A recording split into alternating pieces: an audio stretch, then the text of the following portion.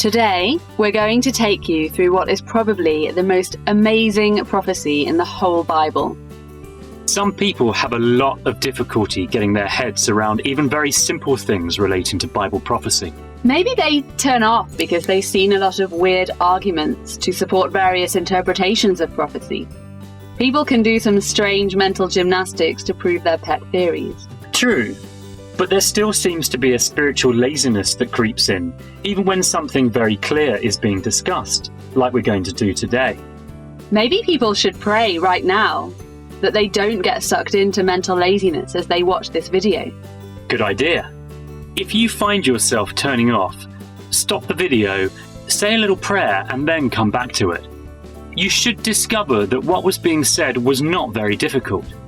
If you can do that, I think you'll be impressed with just how measurably accurate this particular prophecy is. Okay, so let's get started. Well, hang on. If we're going back in time, shouldn't we be dressed a little more appropriately? What like? How about a prophet? Well, what does a prophetess wear? Probably the same as a prophet, but without the beard. Oh, I was looking forward to the beard. All right, well, how about we compromise and give you a moustache? Sure.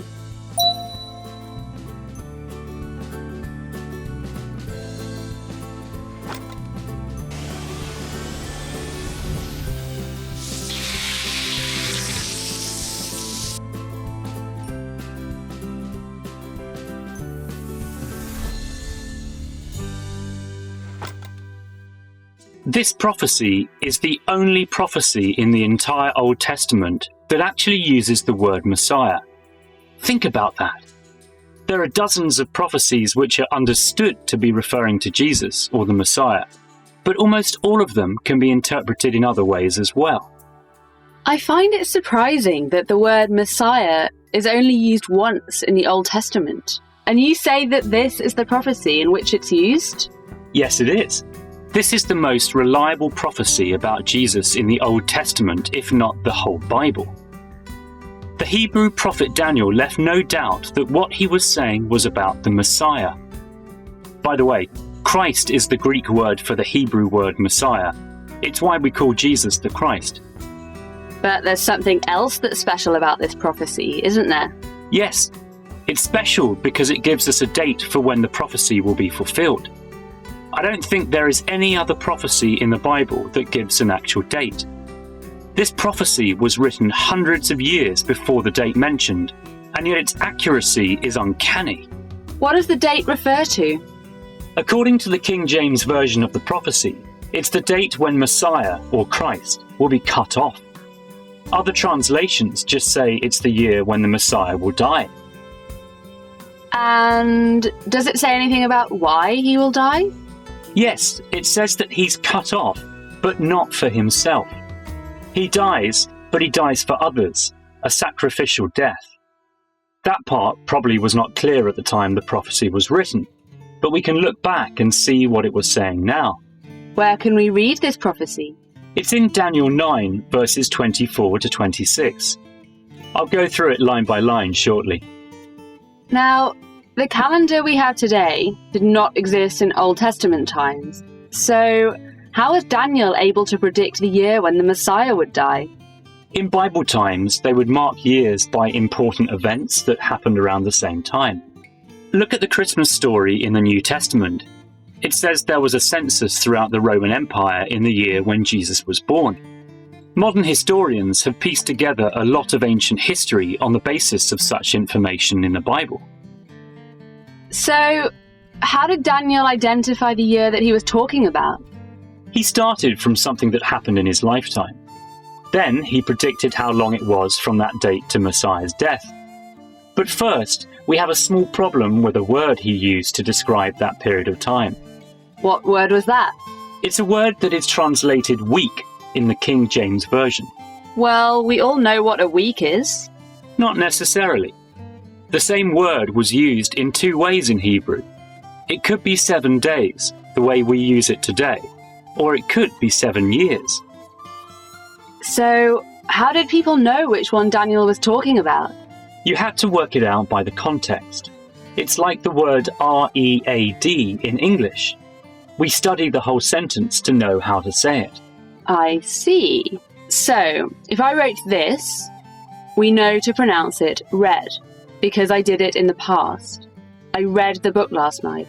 Is that right? That's it. And if I wrote this, we know to pronounce it read, for something I will do in the future. I will read it again tonight. Exactly. So, how did they work out whether the week Daniel was talking about was 7 days or 7 years? A 7-day week would have last only a year and a half. It did not take long to see that a year and a half was not long enough for all that he predicted. So people quickly understood that it was talking about 7-year weeks.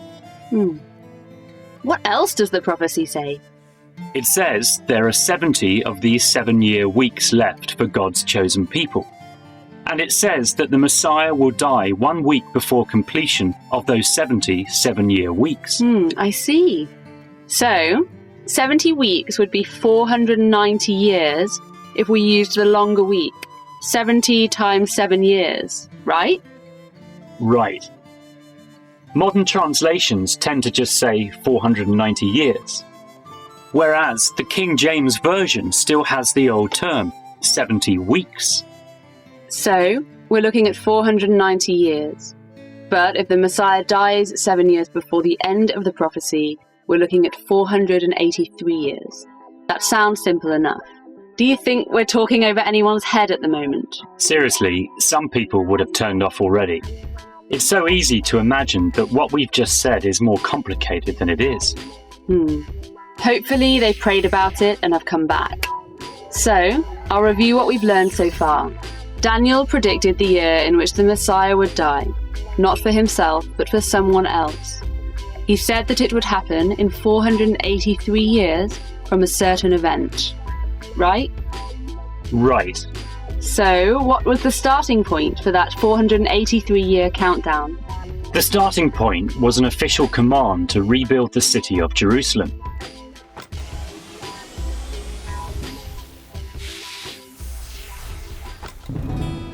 The city and the temple had been destroyed in 587 BC, when the country was invaded by Babylonians.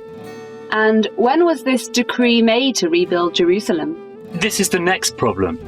But again, it's a very simple one. There were 3 different decrees relating to construction in Jerusalem, and they are all mentioned in the Old Testament. I see. That does complicate things. Can you list the possibilities? Okay. In 536 BC, King Cyrus officially allowed Jews to return to Jerusalem and rebuild their temple. I'm doing some quick calculations here. If we add 483 years to 536 BC, Jesus died about 80 years too late. True, and there's more. The temple was started in 536 BC, but then they stopped. 16 years later, another king, Darius I, made another official rule allowing the children of Israel to rebuild their temple. He did that around 520 BC. That's a bit closer, but still off by about 65 years. That's correct. How far did they get with their construction that time? Oh, they definitely finished building the temple. But look again at Daniel's prophecy. It's not about rebuilding the temple. It's about rebuilding the city. The city of Jerusalem was still in ruins. Good point. So, was there a later command to rebuild the city? Yes, the exact date is uncertain, but it's generally assumed to be about 445 BC. Artaxerxes commanded that the city should be rebuilt and that the Israelites could start governing themselves again. Is that command mentioned in the Bible? Yes. In Nehemiah 2, 5-9, we read that Artaxerxes even assisted Nehemiah with the rebuilding. Good point. Doing my maths again. 483 years after 445 BC comes to 38 AD. I just subtracted 445 BC from 483 years to get that figure. It's impressive. Modern historians say Jesus died in 30 AD, at the age of 33, so the prophecy is off by about 8 years. 9 years, actually. This is because there was an embarrassing mistake made with our modern calendars. They go straight from 1 year before Christ, that is BC, to 1 year after Christ, or AD, with no year 0. In all calculations between BC and AD, you have to take 1 year away from the total to get the difference between the 2 days. Using these figures, Daniel's prophecy is off by 9 years. It predicted that Jesus would die in 39 AD. This extra year thing is hard for me to get my head around. Can we go over it again? Okay, we would naturally think the difference between 10 BC and 10 AD is 20 years. 10 plus 10, right? Right. That's how I was doing it, just adding the 2 figures together to get the difference. But for that to be correct, you need a year 0. You count down from 10 to 0, and then you count up from 0 to 10. Without a year 0, the difference is only 19 years. I'll shorten the distance even more to make it clearer. How long is it from one date in the year 1 BC to the same date in the year 1 AD? Well, if there's no year 0 between them, it would only be 1 year. Yet, if you added 1 plus 1, you would expect it to be 2 years. Is that right? Okay. I'm getting it now. 1 plus 1 is only 1 year, so 2 plus 2 would only be 3 years, and so on. So you add the BC year to the AD year, and then you subtract 1 year to find the difference between the 2 dates. 445 BC plus 38 AD comes to 483. But then you have to subtract a year. So what Daniel was predicting was not 38 AD, it was actually 39 AD. I kind of see it, and yet I don't. Maybe this is a good time for all of us to pause, pray, and maybe even rewind and go over it all again. Okay, it's just a 1 year glitch in calendars all over the world. Nothing complicated at all. We just never think about it when calculating dates. Probably because a 1 year error isn't all that important. Well, people do have difficulty with minus figures when it comes to maths too. And if you move from BC to AD, you're dealing with negative values. I think I'm ready to move on now. Are there any explanations for why the prophecy would be off by 9 years? Yes, there are. The first and most obvious is that our knowledge of precise dates a long time ago is imperfect. The mistake with the year 0 is one example. And didn't they miscalculate when Jesus was born? Now, they say he was born in the year 3 or 4 AD. Yes, that too. There's also disagreement over when Artaxerxes told Nehemiah to rebuild the city. But there's another adjustment that some people have suggested. What is that? It has to do with the length of a year, the time it takes for the Earth to revolve around the Sun. Our measure of time even today is really quite complicated. How is that? Well, we use 3 different ways of doing it. A day is the amount of time it takes for the Earth to rotate once. That's easy enough. Yes, but we measure a year by the time it takes to revolve around the Sun. So? Well, the 2 do not go together well. If it was an exact number of days, it might not be so bad, but it isn't. It's 365 and a quarter days. Even the best calendars have leap years. I see. And what about months? Months, yeah, that is the biggest complication because they don't divide into a year at all. What do you mean? Well, months are based on how long it takes for the moon to revolve around Earth, which is about 28 days. So why do we have months at all? I guess it's to break up the big jump between days and years, like having minutes between seconds and hours. Months are useful to remember seasons. True, but if they don't line up with the year, the seasons start shifting. And this has been a problem throughout history. In the Old Testament, they had a lunisolar calendar based on the moon's orbit. In order to keep seasons consistent, which are based on Earth's orbit around the Sun, the Israelites had to add a 13th month 7 times in every 19 years. Uh-oh, it's getting complicated again. Sorry, yes, it can be daunting. I personally am happy to say it was off by 9 years, so what? It's still amazing that it came so close to the year when Jesus died. And if Jesus wasn't the Messiah, who was? But there is something called a prophetic year. A prophetic year? Okay, go ahead and explain, but keep it slow. There is a period of 3.5 years mentioned, both in the book of Daniel and in the Revelation, which is also translated as 42 months, 1,260 days and 3.5 times. They all seem to be referring to the same period of time. A year like this of 12 30-day months is 5.25 days short of the Julian year. The Babylonians used such a calendar with 360 days in a year, and that is where Daniel was when he wrote his prophecies. Okay, so where is this leading? Well, if you change 483 years to years of only 360 days, like they used in Babylon at the time of Daniel, it comes to less than 483 years by our present-day measurement for a year. 5.25 days have to be subtracted from each of our years to work out the date that Daniel was predicting. Do that 483 times, that is 483 years times 5.25 days, and you get a bit over 2,500 days, or roughly 7 years. Can you slow that down a little? Sure, sorry. You're saying that Daniel was maybe predicting 483 Babylonian years, right? Right. And if each of these years was short by 5.25 days, then over 483 years, it would be 2,535 3/4 days short of 39 AD. Right again. So, if you divide that by 365.25 days, what do you get exactly? You get exactly 6 years, plus 344.25 days, 3 weeks short of a 7th year.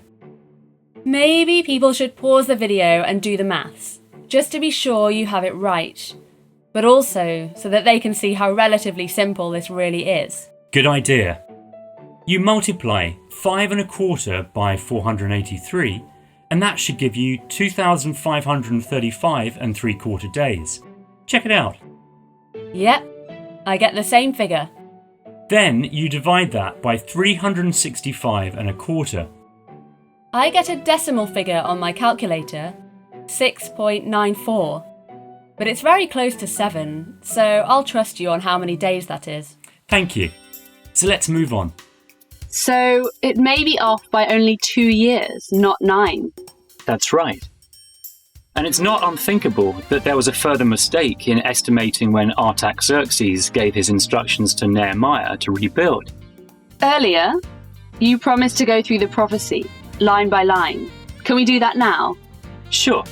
It's here in Daniel 9:24-26. First, you read through it as it appears in the King James Version. Then I'll reword it according to what we've discussed here.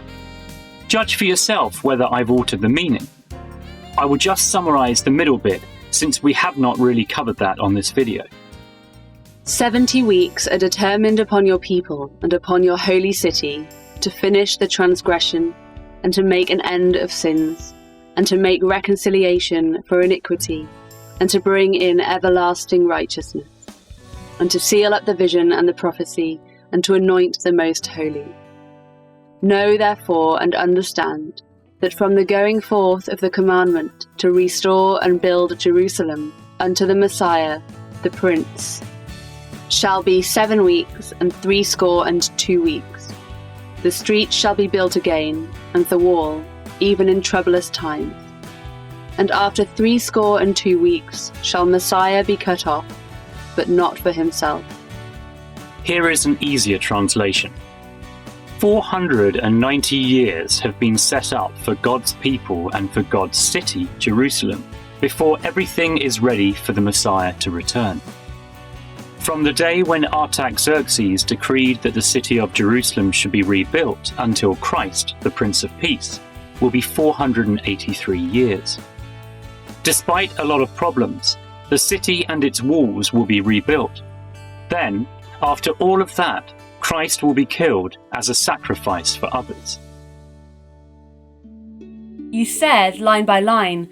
Can we do that now? Certainly. The first line is, I think, fairly clear now. You said, 70 weeks are determined upon your people and upon your holy city. And I said, 490 years have been set up for God's people and for God's city, Jerusalem. Yes, that's pretty clear, now that we know that 70 weeks is really 490 years. But what about the next bit? I read several lines and you just summed it up with one. Before everything is ready for the Messiah to return. True, but we're trying to keep this as short as possible. Nevertheless, I'll go through them in a little more detail if you like. To finish the transgressions, and to make an end of sins, and to make reconciliation for iniquity. Do you remember what we said about why Messiah dies or is cut off? Yes, it said that he would not die for himself. And we kind of guessed, based on what we now know, that it was saying that he died sacrificially for others, right? Yes, except it wasn't totally a guess. Here at the start of the prophecy, it says 3 times, using almost the same words, that this prophecy is all about dealing with sin, iniquity, transgressions. Do you see that? Wow, that's right. More evidence that it was clearly a prophecy about Christ dying for our sins. The other thing that is associated with the death of Jesus, besides forgiveness for sins, is that he promised eternal life to people who believed on him. So look at your next line. And to bring in everlasting righteousness. So it's right there in this amazing prophecy. The only one in the whole Bible that actually names the Messiah. I just summed it all up as, before everything is ready for the Messiah to return. Well, I'm certainly glad we took the time to look at this a little more closely. Fair enough. Perhaps what I've just said here more appropriately sums up the last line you read in that paragraph. And to seal up the vision and the prophecy, and to anoint the most holy. I don't have much to add to that, as it just seems to be a more flowery way to say what I said, which is to finish what the prophecy was all about. Except that this anointing of the most holy may jump ahead to when Jesus comes in an even bigger way to rule the world. But that is a topic for another video, which we'll talk about later. Thank you. Now, in this next bit, I see something you may have missed. Here it is. Know, therefore, and understand that from the going forth of the commandment to restore and build Jerusalem unto the Messiah, the Prince. That much is pretty clear now. It's talking about the decree by Artaxerxes to rebuild the city, and I guess the word prince is just saying that the Messiah will be some kind of royal ruler, right? I would think so, but it's the next bit you're having a problem with, isn't it? Shall be 7 weeks and 62 weeks. The streets shall be built again, and the wall, even in troublous times. Yes. Why does he break the 69 weeks into 2 different figures here? One of 49 years, that is, 7 weeks of 7 years, and one of 434 years, or 62 weeks. Once again, I'm guessing here, and I would guess that it took 49 years to rebuild the city and the wall. Other than that, I just don't know. So I will go over what I gave as a paraphrase earlier for all of this passage. From the day that Artaxerxes decreed that the city of Jerusalem should be rebuilt until Christ, the Prince of Peace, will be 483 years. Despite a lot of problems, the city and its walls will be rebuilt. Can you see that? Does it make sense now? Yes, it does. So now we come to the last line of what we're covering in this video, which should be fairly clear by now. You read this. And after 62 weeks shall Messiah be cut off, but not for himself. And I paraphrased it like this. Then, after all of that, Christ will be killed as a sacrifice for others. Amazing! And all of this was written hundreds of years before Jesus was even born. That has to be one of the most incredible miracles in all of history. And what about the rest of that verse? we're getting into yet another fairly long video for that one. The last 7 years are of particular interest immediately before Jesus returns. At the moment, we're in an organizational limbo. God's people are invisible, but in the last 7 years, they will become organizationally visible once again. So if people subscribe to this channel, will they be notified about where they can find out more information about those last 7 years? Yes, certainly. Thank you, everyone. I hope you didn't find it too complicated.